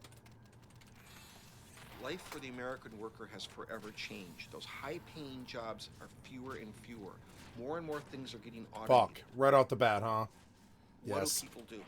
That's the question That's that's the kill universal him. to all of these places. You can't. You must get the foundation back. You must start over. Because And, there ain't no money to make here, man. It's tight here. Tight. yeah, there's no. Money was good. You guys paid their bills on time. Yeah, me and my wife have been good. Now, nothing, man. You know what I mean? Nothing coming in. You know what I mean? I live on Social Security. Me and her got Social Security. That's the only way I make it. Otherwise, Me and my wife the same way. What about jobs though? It's like the mills and stuff. Anything else No, kind of? you ain't never gonna see nothing like that. There's a matter of fact, they're laying off. Yeah, over there. Just Yeah, laid off they're 300. laying off a shitload of people, man. So Youngstown has been shrinking. You think it's going to shrink a lot more? Yeah. We've had a great displacement in our culture through this deindustrialization, through this transformation. But displacement does not mean a permanent situation. Displacement means you're hunting, you're searching for something. We're trying to deal with this great displacement. You know, it's and weird. Find this new.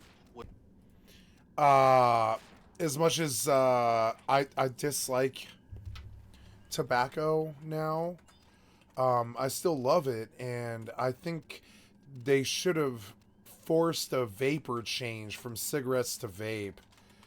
Because I look at cigarettes and I think that has got to be 6 times more deadly than vape. I really feel that way. Maybe that's crazy. But I look at cigarettes and I see them smoking away and I see them gray and old and unhappy and shit. And I'm like, yeah, it was the cigarettes, though. The cigarettes did this to you. A lot of it. Did it to me, too. And so they should stop. They should stop. Just get off flame tobacco and move to e-cigarette, because it's better for you. Maybe. Smells better and looks better. Way less annoying. Don't have to go outside most of the time. You know, it's just better. Better way to do it, in my opinion. It's just weird. I never in my life dreamed they would make cigarettes electronic, but to me it is far superior. Maybe I'll eat my words one day. Maybe they'll be like, yeah, putting a battery by your face gave you cancer. Check a box. That vape cigarette killed you. Who knows what it, you know. I still think vape is way, way safer. I've always thought so. One of journalism's great promises is to show you cause and effect. They're both right? bad. They're both really bad. Vaping tobacco is a lot safer than smoking cigarettes, but they're both incredibly bad. And so at some point you say, well, It'll if kill you you. do this, you get this. just as in the 50s. Something about vaping tobacco gets you high. Like, something about vaping tobacco feels really good. Whereas cigarettes don't feel like shit. They don't feel good. Vaping tobacco feels good. It's like a high, you know? Yeah.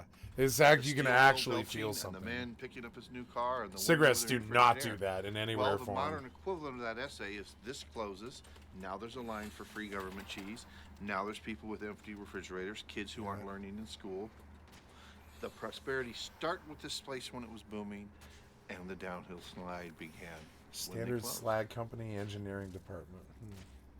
Walking through ruins like this, I think about all the lives This is a PBS that thing. were lived here. Yeah. And every time I get emotional. Every time I think about That's people the wreck of America that we never talk about. We just act like these people don't have lives and don't exist. Didn't make it. Yeah, these people exist and we need to do something about this, but who the fuck? I don't know how you resurrect a city. It's not like the Phoenix. You can't just bring it back from the fucking ashes. You gotta put money and boots on the street, get them working, getting them staying there. If you're not fresh out of war, it doesn't feel like you're fresh out of war, so so survival doesn't seem like such a high priority, but that's like kind of what it's like. You're almost at wartime at that point in that city. You're almost at wartime. You need to like maybe just like cut the purse strings a bit and maybe stop being a little bit so fascist and putting people in jail all the time.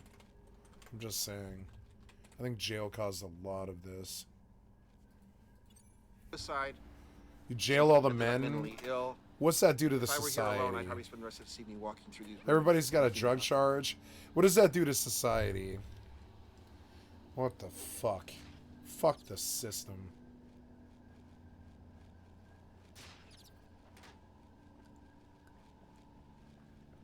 Fucking idiots. In many ways, ran my Youngstown is a country into the symbol of what's fucking to ground come. with their fucking bullshit. Patriot Act, fake ass motherfucking false ass motherfucking never stopped a person from ever doing drugs, drug war. And then their fucking prison industrial system. We covered that today. And now we're on to the fucking just the either the fucking the ghost townification of America or the fucking gentrification of America, one or the other. Or corpo syndicates ruining our lives. That's kind of a problem about this too. Let's go.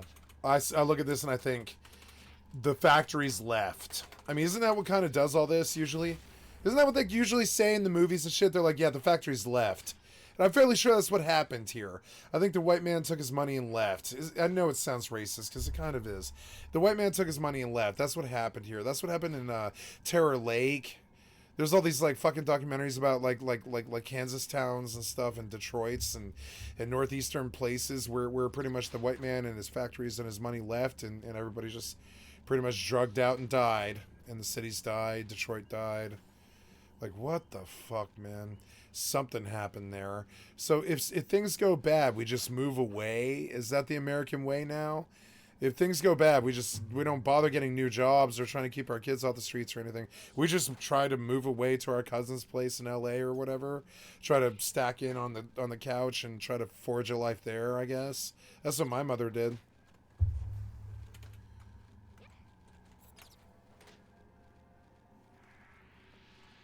Like, that sucks that the American reality is like that. Like I don't know, man. Like, it's not like I'm trying to push socialism. I'm saying we used to make sure that the weakest link did not die in the fucking streets of cold.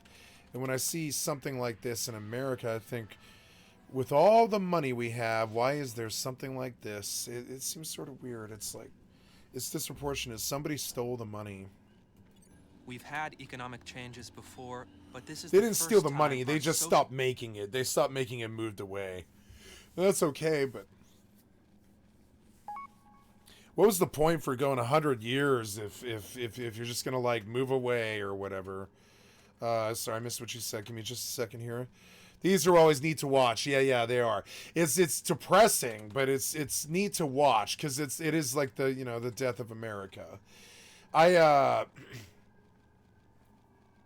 I don't have a solution to it, and I'm a smart man, but I'm not like a super genius or something.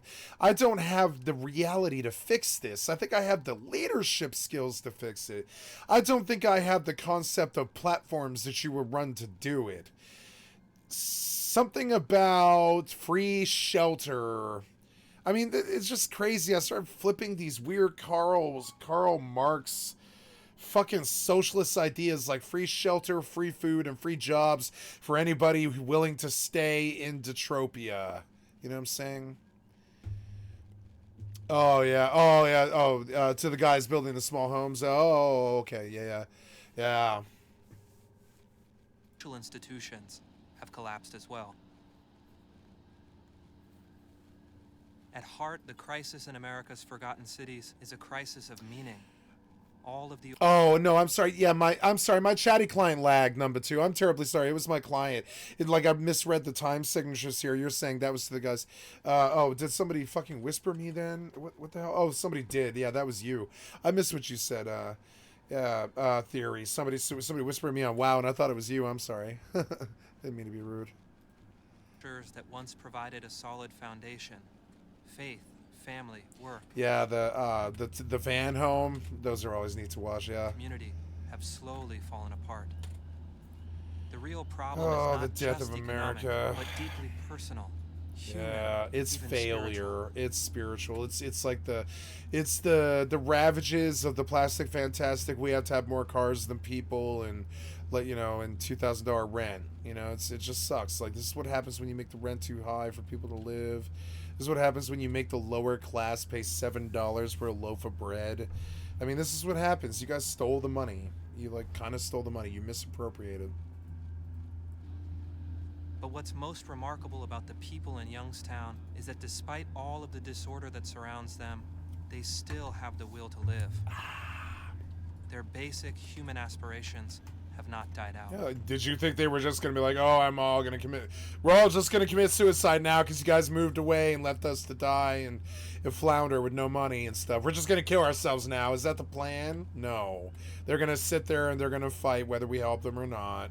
You know how this works. What the fuck else are they going to do? Everything I use, I find in the house. They can move away if they can. So you don't really have any money. They move away if they materials, can. So you're able to go with an idea and see what it does. Yeah. Todd has struggled with addiction, been arrested a dozen times, and walked out on his wife and daughter. But he still wants to make sense of the world and find meaning in the chaos. This Meaning here, in the chaos. when you go into the houses, Aggro. you find like old flags and different stuff. But I call this one old and gray. These things look cool. And I put the American flag in there because it's like turning old. It's like there's no life to it. Where it seems to be like what people think about America now is worse than ever. Jennifer has made ends meet as a bartender, collecting public assistance, and selling pints of blood. But she desperately wants to provide a better life for her daughter. She knows that most poor kids who don't get out of this neighborhood will remain poor for the rest of their lives. There's just empty houses everywhere. Aggro. And then people do move in, and then they destroy the houses, and then they just leave them. For young people like Nikki, the choice is heart-wrenching. Stay to be near friends, family, and the last vestiges of community, or pack up and leave Youngstown forever. Back up and leave, babe. Just accept it. It's what I did. Question. I left Denver. It was the hardest thing I ever had to do, but I just left. I was like, there is no hope for me here. I came up fucking Platt Park, Denver, which was like a working class, fucking artistic neighborhood full of artists and poets and hippies and shit. And then they raised the rent to $2,000 right there on motherfucking South Broadway and fucking motherfucking South Louisiana, or whatever, Louisiana and South Broadway. And they raised the rent from $500 to $1,500 or $2,000 overnight. And sure enough, we all left. Yeah, I like the people that I know that are still there. They already own property there. The fuck was that? What? Stop doing that. Stop that, you. Why is this thing happening? What? Die, you. Stupid Ravenclaw servant.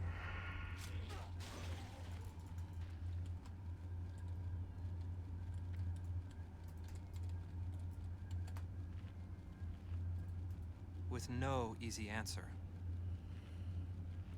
Yeah, like the no easy answer thing is the problem. Usually you have an easy enough answer, but this one... But this season, usually whenever Homer has a problem, I just tell him to go watch TV. But this season, there's this problem. I don't know. I think you provide incentives for people to stay there and not ghost town the motherfucker back before they abandoned. I think that's the lesson here. I don't think we can recover from this one, but I think what we can do is the next time this happens, we don't bail, you know? Does that sound about right? I'm sure that doesn't sound like it has much hope for Youngstown, Ohio. But I think that's the lesson we learned from this one. When shit goes Detroit or Youngstown, we don't leave and we don't bail and we don't let it turn to a piece of shit overnight and then completely decay within 7 years and we lose billions of dollars for no reason at all. We just stand there and fight, I think. And we stay there. And we let the rent get lower, and we let the utilities get lower, and we take our fucking chokehold off the fucking boot, and take our fucking boots off the necks of the fucking American, like, labor, and we let people breathe, and we try to help them survive in the city where they were born, like Detroit or Youngstown, and we don't abandon that motherfucker and just leave for greener pastures like it's a fucking McDonald's. You just left your tray with your Big Mac wrapper on it or whatever, and you like didn't bother busting your tray even. You just left it on the fucking table or whatever. You walk out that door like Detroit's like a fucking like Detroit's a fucking McDonald's meal that you just finished. It's not commensurate to what it represents. That city represented something, but now I say move away. And don't leave next time. Don't leave next time. Just stay and fight. Like I'm saying, I left Denver because my opportunities were dead and there was nothing but addiction and somebody wanted to kill me on almost every corner or whatever. Not kill me, but just like had no love for me or whatever. And I just was like, yeah, this place is not the place I grew up in anymore. And I stuck around for another 7 years past that. My friends know. They can testify. They can testify to what I did. I stayed around. I tried to save the lives of some people around me. Try to stay around that place, like, after it was dead. And, well, I mean, dead to the lower class who all left. I don't know any lower class people living in Denver anymore. All of us left. Only idiots would have stayed. Who the fuck has $24,000 for rent every month? Or every year, I mean. That's just goddamn insane. Or whatever you wanted. It was like somewhere between $18,000 and $24,000 a year. I don't know anybody except like real estate people making more than 40 grand a year. I don't know anybody making that kind of money to pay fucking 18 to 24K a year for rent. I'd rather be a drug addict on the street. It's going to be less stressful and crazy. Have to do less nasty things and have less nasty bosses and less nasty responsibilities and problems and stress and an ulcer. But that was the whole problem, so that's what I did. I was a drug addict on the street for long enough to understand that until I left that place, I wasn't going to do any better. And so I left, you know. And my lesson is I should have stuck around, but I don't know about Colorado, man. Not anymore. How would I pay the rent? That's the real problem. I wish I'd stuck around. How the fuck would I have paid the rent? There's no way. There's no way. Not it's even. Just scary. Nikki's all That's just an impossibility. No. This whole past year's been I could not pay that rent. There's no way. a lot of moments like that between learning how to drive, getting a job. Like I mean, it depresses me, but I don't know. Let's go see. I don't think it would be that hard to do. We'll go back to the tab for real quick here. And this is a really dumb place to look, but it's not that bad, you know? Right. Yeah, and we'll come to Craigslist Denver. We'll look at apartments and housing and stuff. And we will sort by bedrooms. Nope, bathrooms. Price. Let's do 800 to 1600, right?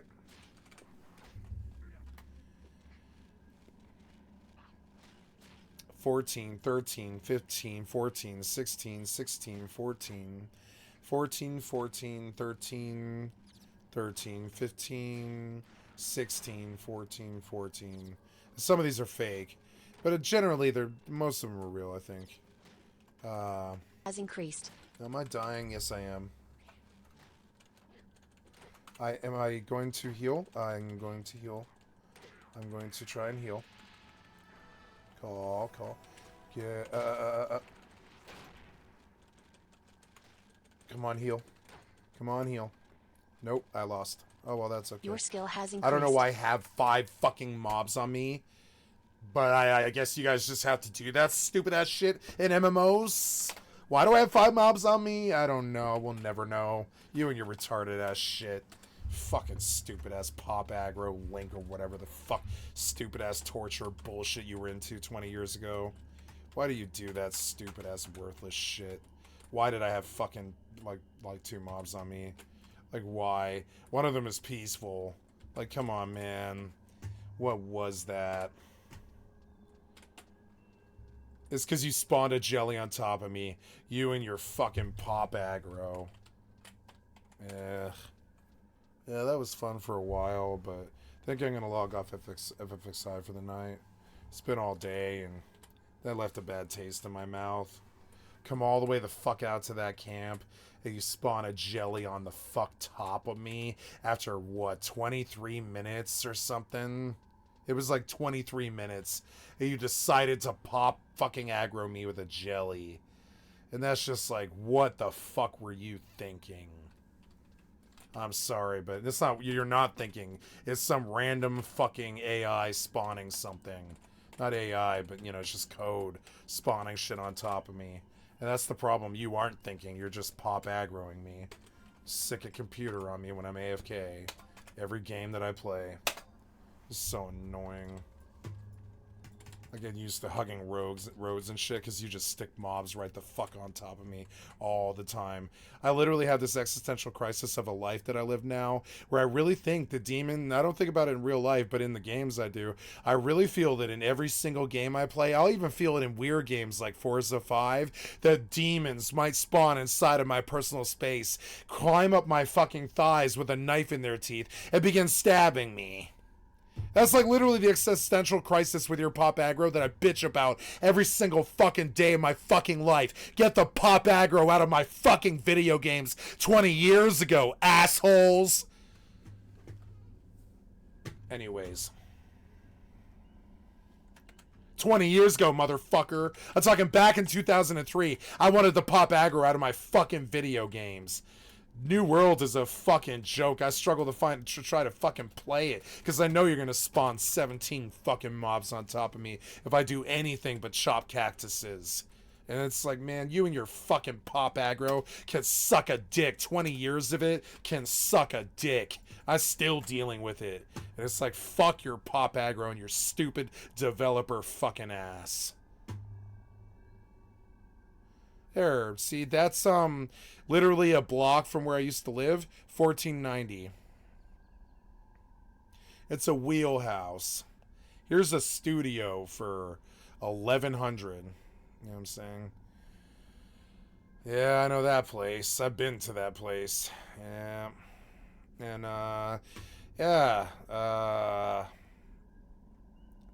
Oh look, it's a bunch of it is my old neighborhood, which is kind of funny. 1600, huh? Not bad, not bad. That's only what? Yeah, what is that? 16 times 12, I don't know. Too tired to do that kind of math. 1600 times 12, and that's just the rent, that's it. 19,200 for rent. What am I, a fucking lawyer? Come on, man. Just for rent? Better be making 70 a year then. How else are you gonna eat? Jesus Christ. You destroyed this country with your rent crisis. Starting her own savings, talking about college. Fuck you and your rent crisis. Watching You Nikki killed grow this up country, you fucking and coming into these final cocksucking years government before assholes. She becomes an adult and she's out Setting on her own. fucking, you know, $100 prices on the barrel of oil and, you know, fucking $1,500 fucking one bedrooms on the rent crisis and all this. And you killed us. Thanks. Catch-22. I'm so proud of her, but it does make me sad. Pretty much living in Youngstown, when you get out of high school and you go to college, chances are you're going to leave the area. Aggro. You have to go where you can survive. No, I stuck around the ghetto with no jobs. What is your problem? Cause me to get hurt.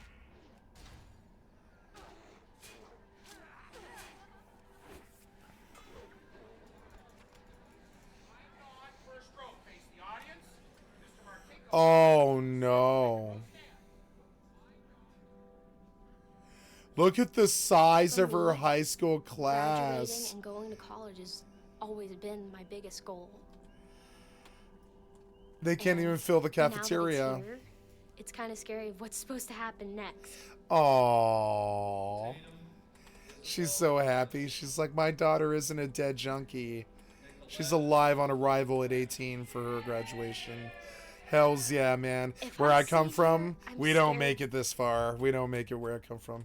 We don't make it this far where I come from. That I'm going to have a crappy job that I Aggro. don't like. I'm scared that I'm going to live the same life that everyone else does. Yeah, meth and babies.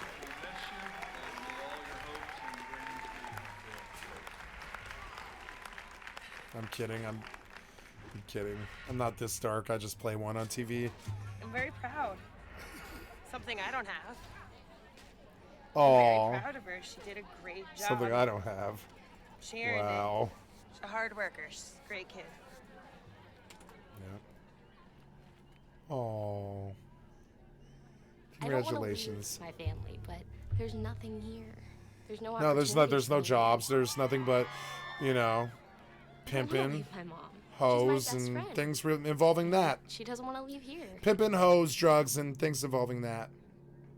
That's about it. Hey, that's about the only thing you're gonna find about around there anymore. Maybe McDonald's. The violence seems never ending. So far this year, more than 60 people have been killed in Memphis. Right now, the city is on track to record 240 homicides, breaking a record for the most murders in Memphis in 1 year.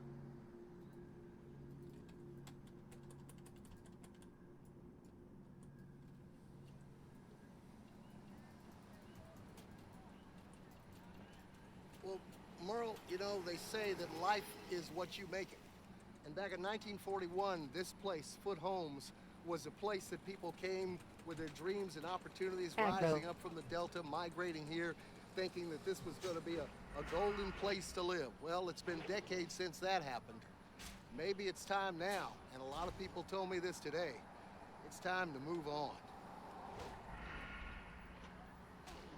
And there's a lot of that feeling of desperation, especially around the Foot Homes area and in other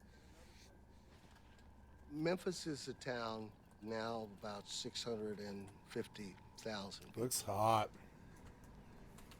It used to be a kind of an economic jewel for black people here. That was in the days when there were companies like Firestone, International Harvester. But when those places and plants and companies left, it basically left Memphis without a middle class. Yep. Just rich people and poor people. Drugs and the gods and managers. This is an area that really people are just hanging on. At one time, fairly decent. Oh man, Every time I see one of these dead towns like this, it really reminds me of West Side fucking Denver.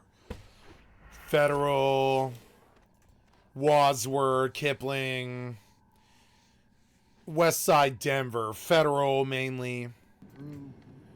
Violent Yeah. pretty quickly. Like, yeah, I mean, yeah. I watched the death of the West Side Denver for the last, like, 10 years. And it kind of sucked. How long have you lived here? 20 years. 20 years. What was it like 20 years ago? Aggro. That house, I mean, people Beautiful. lived here and all that. Yes, it was. Banging. On Somebody fire. lived in both of them, and the man who lived here, he died. So, and then some junkies burned his house down, so they tore his house down. But these have been abandoned for like 6 years. 6 years. Do you fear for their safety? Yeah. Yeah. And I had a big dog, but somebody killed him. Somebody poisoned him. Why? Protect yourself. Well, I mostly rely on faith. I feel like if I'm a good person, God ain't gonna let nothing happen that wasn't supposed to happen. And if it happened, it was time. Or it was supposed to happen. Because he don't make no mistakes. God don't make no mistakes.